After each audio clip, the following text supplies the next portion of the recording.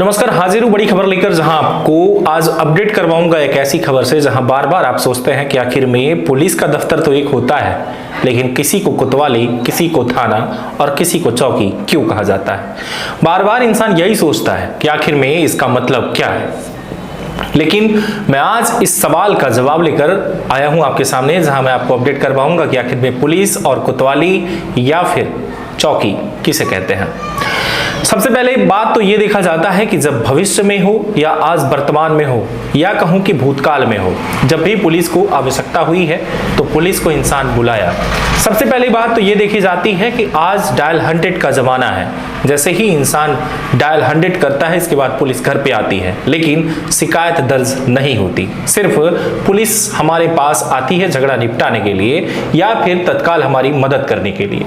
लेकिन एफआईआर अगर दर्ज करवाना हो तब पुलिस के पास हमें खुद उसके दफ्तर में जाना पड़ता है। उस दफ्तर का नाम होता है कोतवाली या थाना या चौकी, जहां आप लिखित में आवेदन देते हैं। बताना चाहूंगा कि इसका पूरा मतलब क्या होता है।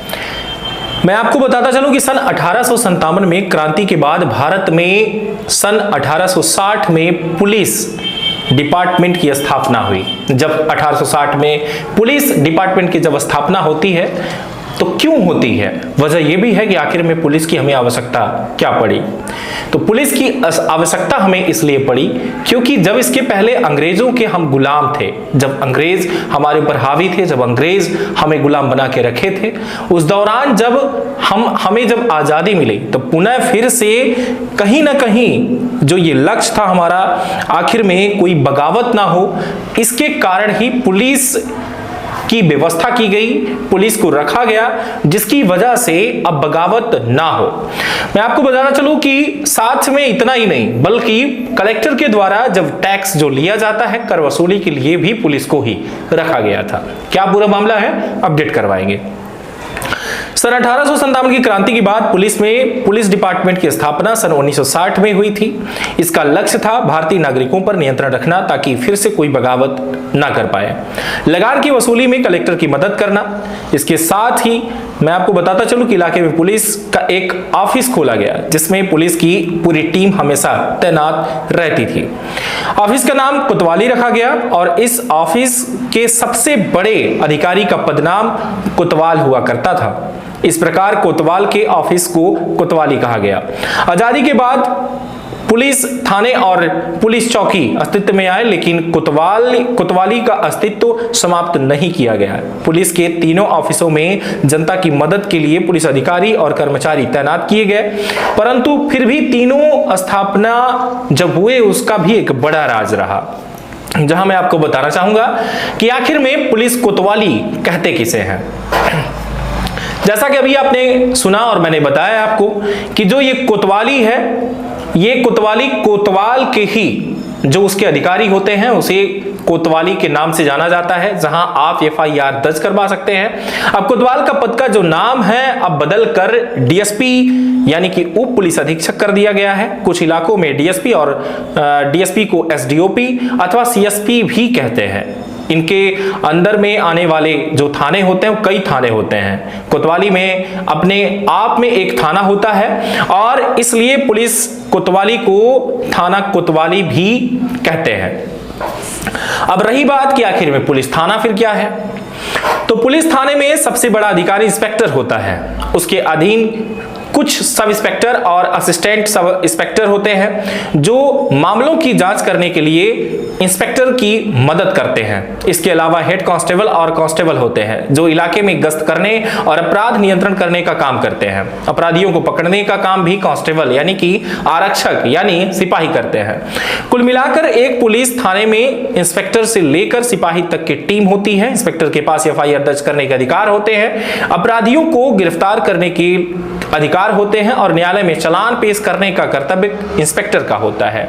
कुछ इलाकों में सब इंस्पेक्टर को इंस्पेक्टर की पावर जो है थाने का प्रभारी बना दिया जाता है, जिसके चलते सब इंस्पेक्टर भी थाना प्रभारी कहलाता है। वहीं अब बात आती है पुलिस चौकी की कि पुलिस चौकी क्या है, पुलिस चौकी किस लिए होती है।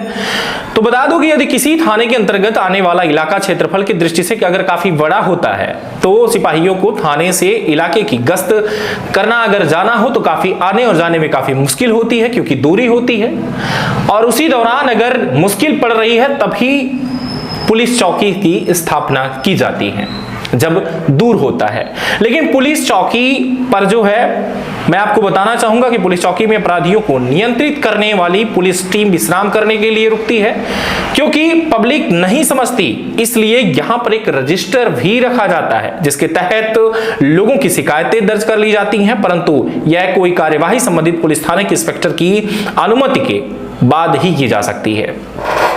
इस प्रकार एक कोतवाली अपने आप में एक थाना होती है, परंतु इसका सबसे मुख्य अधिकारी यानी कि कोतवाल डीएसपी, एसडीओपी, सीएसपी जिसे कहा जाता है, आसपास के अन्य थानों का भी नियंत्रण करता है। जबकि थाना अपने आप में एक कंप्लीट पुलिस ऑफिस है जिसकी जनता को जरूरत होती है, और पुलिस चौकी केवल गश्ती दल के आराम करने के लिए या फिर किसी एक पॉइंट पर तैनात करने के लिए बनाई जाती है। यह पुलिस ऑफिस सिस्टम की सबसे छोटी इकाई कहलाती है पुलिस चौकी।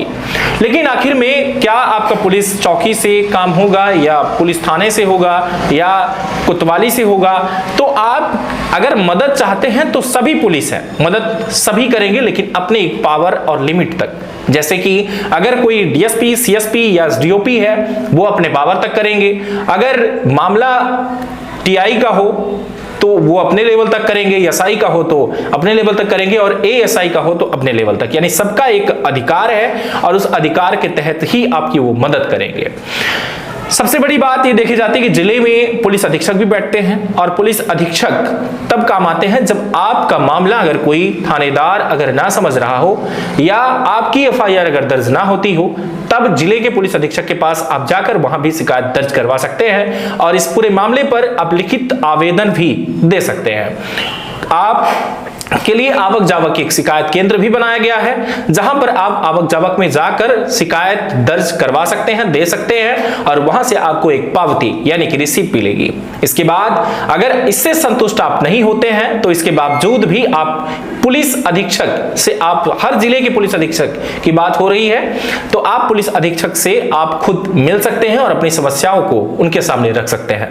लगातार जुड़े रहें तन 24 न्यूज से, ऐसी ही खास खबरों और जानकारियों के साथ फिर हाजिर होते हैं। तब तक के लिए बहुत बहुत धन्यवाद। अलविदा।